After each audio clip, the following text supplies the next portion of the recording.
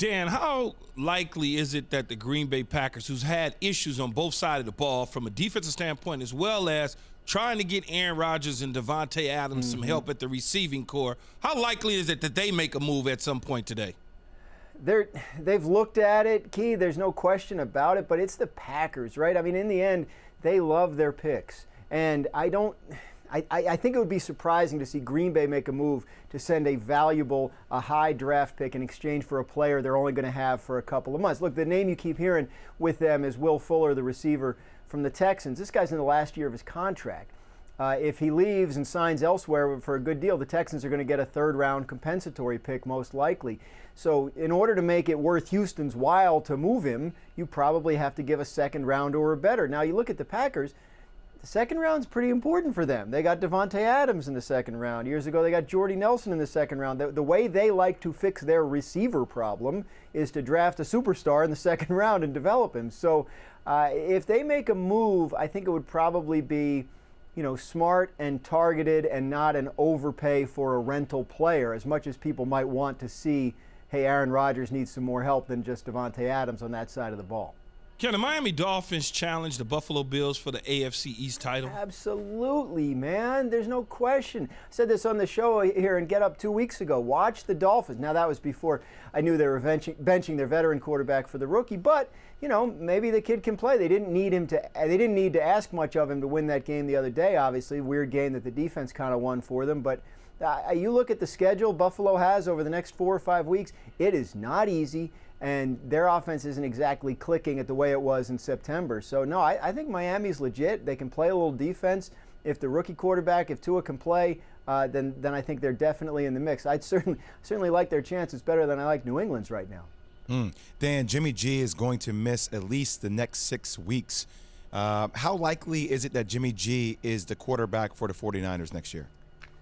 I think they'll look elsewhere and decide. See, the way the 49ers set up their contracts, and Jimmy G is no exception, it's rolling year-to-year guarantees, and they don't even really have a trigger that kicks in the next year's guarantee until April 1st. And that's intentional because that's a couple of weeks after the start of free agency. So a team like the 49ers can look at its other options and assess, can we get a guy in free agency or via trade, or how is the draft looking for us before they decide. So, as was the case this year, I heard you guys talk, and they kind of dabbled in the Tom Brady market and decided not to go there. They'll look around at other options again, and it's not crazy to think that they could come back to Jimmy G as their best option. But the way they do their contracts, the way they set up their deals, they definitely allow themselves the option to look at other possibilities at every position, including that one. And, this is a player they've stood behind.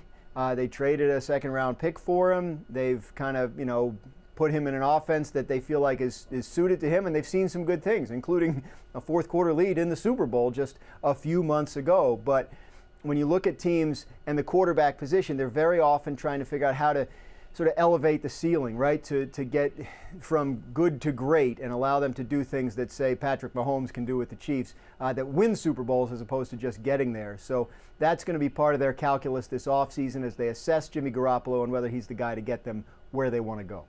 Dan, I picked the Minnesota Vikings to win the division at the beginning of the year. Obviously, I don't think they're going to do it. Doesn't look like they're going to do it. No. But you also said that they had an opportunity to make the playoffs. How do you see that?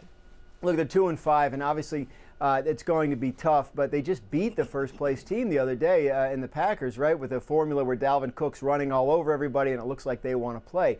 So the question is, are they too far buried? And the point I was trying to make in the overreactions piece yesterday was, 2-5 isn't what it used to be in terms of trouble, right? Because now you have 7 teams per conference making the playoffs starting this year. So if you get hot, if you reel off, 7, 8, 9 wins in a row, as teams sometimes do, then all of a sudden you're back in the mix when it looks like you aren't. Now, they've already started selling off pieces there in Minnesota. Yannick Ngakoue, who was barely there, now shipped off to Baltimore, and you wonder if they're even sort of thinking that way. But I thought it was a worthwhile point to make that a team that in past years might have looked out of it may not be, especially in an NFC where, it might be hard to get to 7 in terms of who you like as far as making the playoffs right now in the NFC. The East is going to have one team, and maybe some people even think shouldn't have that many.